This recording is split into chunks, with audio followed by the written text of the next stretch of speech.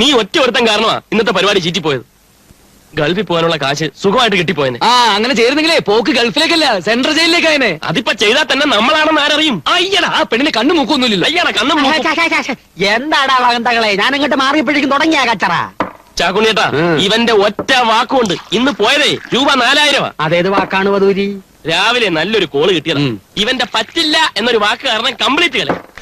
ഭർത്താവ് എപ്പോഴും പറയണ മാതിരി ഈ ചത്ത പശുവിന്റെ ജാതകം നോക്കിയിട്ട് എന്താണ് കാര്യം? നമുക്ക് വേറെ വഴി നോക്കാന്ന്. വേറെ വഴി എന്ത്? ചാക്കുണ്ണിയേട്ടൻ തരുവോ? തരാവല്ല. രൂപ 4000 അല്ലേ? എന്നാ എന്റേതുണ്ടായിരുന്നല്ല, ഇപ്പൊ എങ്ങാട്ട് പോയി? എടാ നശിപ്പുകളെ, എന്റെ കാശുണ്ടായിരുന്നെങ്കിൽ ഞാൻ ഈ നാട്ടുകാരുടെ വിടുപ്പ് തീരുമാനം രത്നമ്മയുടെ വായലൊക്കെ കേൾക്കാനും നിൽക്കുക.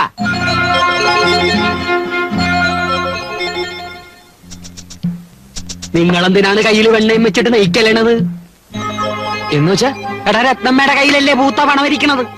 പലിശയ്ക്ക് പണം കൊടുക്കലല്ലേ തൊഴില്. ബ്ലേഡ് നമ്മൾ ചോദിച്ചാ തരുവോ? നീ ചോദിച്ചാ തരൂല്ല, പക്ഷെ ചോദിക്കേണ്ടവർ ചോദിച്ചാ തരും. അതാരാ?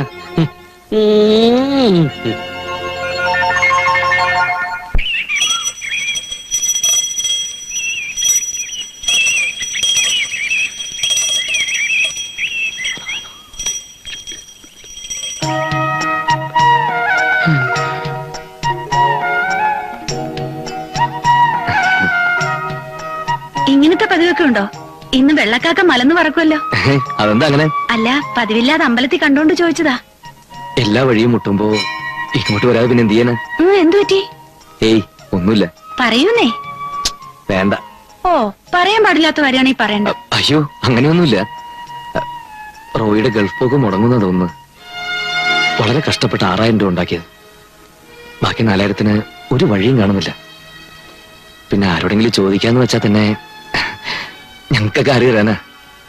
പണയോ പാട്ടോ കൊടുക്കാന്ന് വെച്ചാ കയ്യിലിട്ടൊന്നും ഇല്ല തരും. നാളെ ഒന്ന് വീട്ടിലേക്ക് വരാവോ? എന്തിനാ? ഒന്ന് വരൂന്നേ, ഒരു കാര്യം പറയാനാ.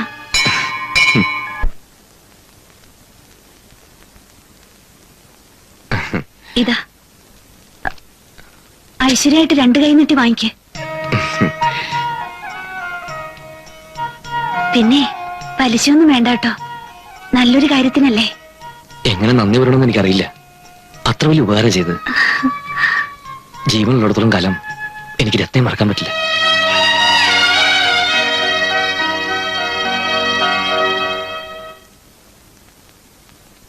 എന്തായാലും മാത്യു വിചാരിച്ചു കാണില്ല നമ്മൾ സമയത്തിന് കാശ് കൊടുക്കുന്നു.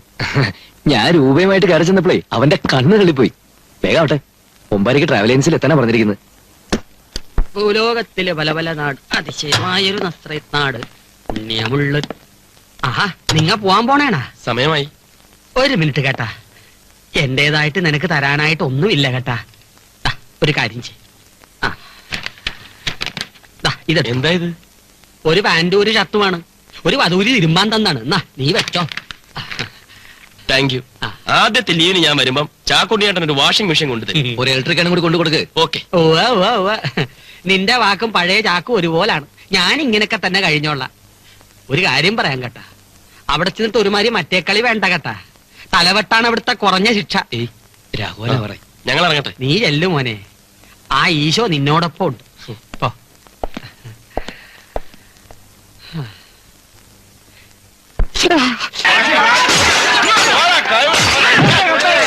ഒരു മിനിറ്റ്, ഞാൻ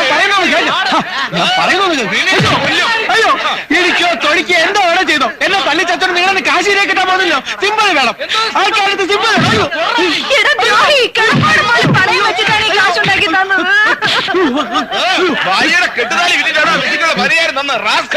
അല്ലെന്ന് ഞാൻ പറഞ്ഞില്ലല്ലോ. എനിക്ക് പറയാനുള്ളവർ കേക്ക്. ഞാൻ ഈ ട്രാവൽ ഏജൻസിയുടെ ജനറൽ മാനേജർ മാത്രമാണ്. സെക്യൂരിറ്റി മണി എന്നും പറഞ്ഞ് 10000 രൂപ എണ്ണി കൊടുത്തിട്ടാണ് ഞാനും ഇതിനകത്ത് ജോലിക്ക് കയറിയത്. ആരും സമാനം പറയും. നമുക്ക് ഇതിന്റെ മുതലാളിയുടെ വീട് വരെ പോയി നോക്കിയാലോ? ഞാൻ രാവിലെ അവിടെ പോയി നോക്കിയിട്ടല്ലയോ വരുന്നത്. സകല സാധനങ്ങൾ എടുത്തോണ്ട് ആ കാലമാടം മുങ്ങിയിരിക്കുക.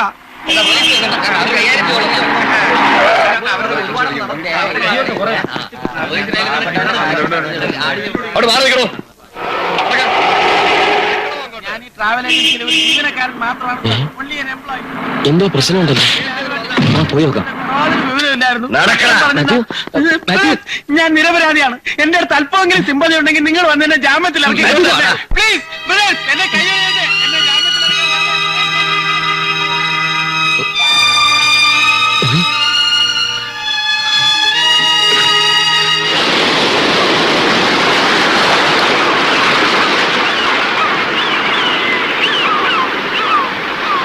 എന്നാലും ആ കള്ള കഴിവേറികളെ നമ്മുടെ കൈ കിട്ടിയില്ലല്ലോ.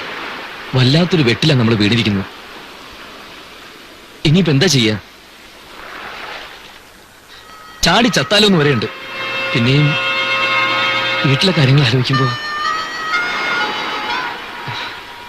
നീ വിഷമിക്കാതാ. എന്റെ തീരുമാനം ബോംബെക്ക് പോവാന്നാ. അവിടെ എവിടെയെങ്കിലും ഇട്ട് അമരെ പിടിക്കാം. അത് പിന്നത്തെ കാര്യം. ഇപ്പൊ എന്റെ പ്രശ്നം രത്ന എങ്ങനെ ഫേസ് ചെയ്യുന്ന. നമ്മൾ സത്യം പറഞ്ഞാലും ഒരു പക്ഷെ അവള് വിശ്വസിച്ചൊന്നും വരില്ല. എങ്ങനെയെങ്കിലും പണവും കൊണ്ട് തിരിച്ചു ചെല്ലാൻ പറ്റും. ഒരു വഴിയുണ്ട് രൂപ ഉണ്ടാക്കാൻ.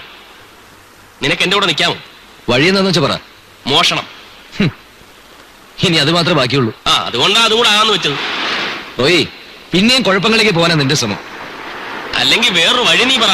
കാശ് കൊടുക്കുകയും വേണം, അധ്വാനിക്കാനും പറ്റത്തില്ല. മോഷണം അല്ലാതെ മറ്റെന്തെങ്കിലും ഉണ്ട്. ബെസ്റ്റ് വഴിയുണ്ട്, കള്ളവാറ്റ്. എന്നിട്ട് വേണം എക്സൈസുകാരെ നേടികൊള്ളാൻ. എന്നാൽ അത് വേണ്ട. സ്മഗ്ലിംഗ്, നോട്ട് ഇരട്ടിപ്പ്, ഡോളർ കച്ചവടം, ഹാഷേഷ്, ബ്രൗൺ ഷുഗർ, കോക്കൈൻ. നിർത്ത്. എടാ, നല്ല വഴിക്ക് ചിന്തിക്കുക. എടാ, നല്ലവരായിട്ട് ജീവിക്കാനല്ല ദൈവം നമ്മളെ ഇങ്ങോട്ട് അയച്ചത്.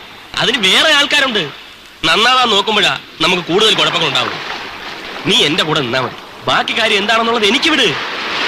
ഇവിടെ എത്രയോ കള്ളപ്പണക്കാരുണ്ട്. അവരുടെ വീട്ടിൽ കയറി മോട്ടിച്ച ദൈവം പോലും കോപിക്കില്ല. അവന്മാരിട്ട് പോലീസിനെ അറിയിക്കാനും പോകും.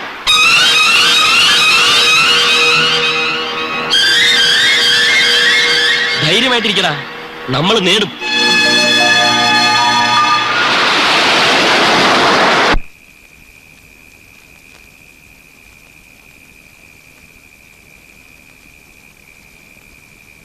കുഴപ്പമില്ല, കേറാം. എടാ, അവസാന നിമിഷം ഞാൻ വീണ്ടും ചോദിക്കുക, ഇത് വേണോ? വേണം. ഒരുമാതിരി മറ്റേ വർത്താനം പറയരുത്. വെളുക്കുന്നവരെ വെള്ളം കോരിട്ട് കൊടവിട്ടടയ്ക്കുന്ന ഏർപ്പാട് കാണിച്ചാലുണ്ടല്ലോ. നീ ഒന്നും അറിയണ്ട, കൂടെ എന്നാ മതി. എല്ലാം ഞാൻ ഏറ്റ്.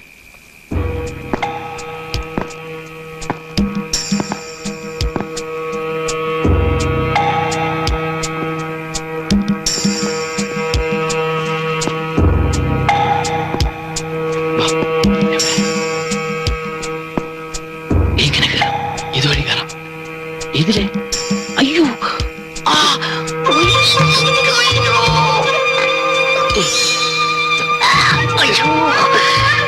എന്റെ കഴുത്ത്.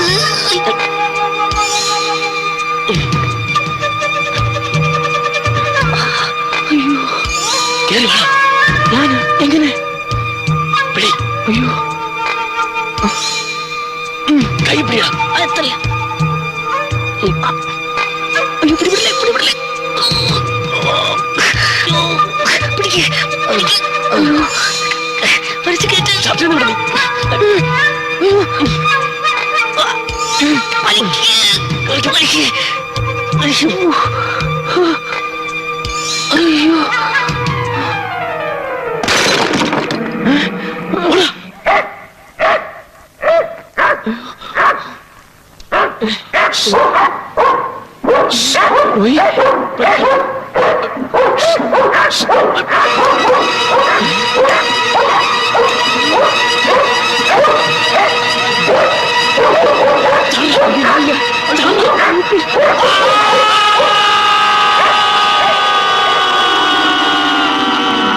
ഈ കേസിലെ പ്രതികളായ സേതുമാധവൻ, റോയ് എന്നിവരുടെ മേൽ പ്രോസിക്യൂഷൻ ആരോപിച്ച കുറ്റങ്ങൾ ഭവനഭേദനം, മോഷണശ്രമം എന്നിവ സംശയാതീതമായി ഈ കോടതി മുമ്പാകെ തെളിഞ്ഞിരിക്കുകയാണ്.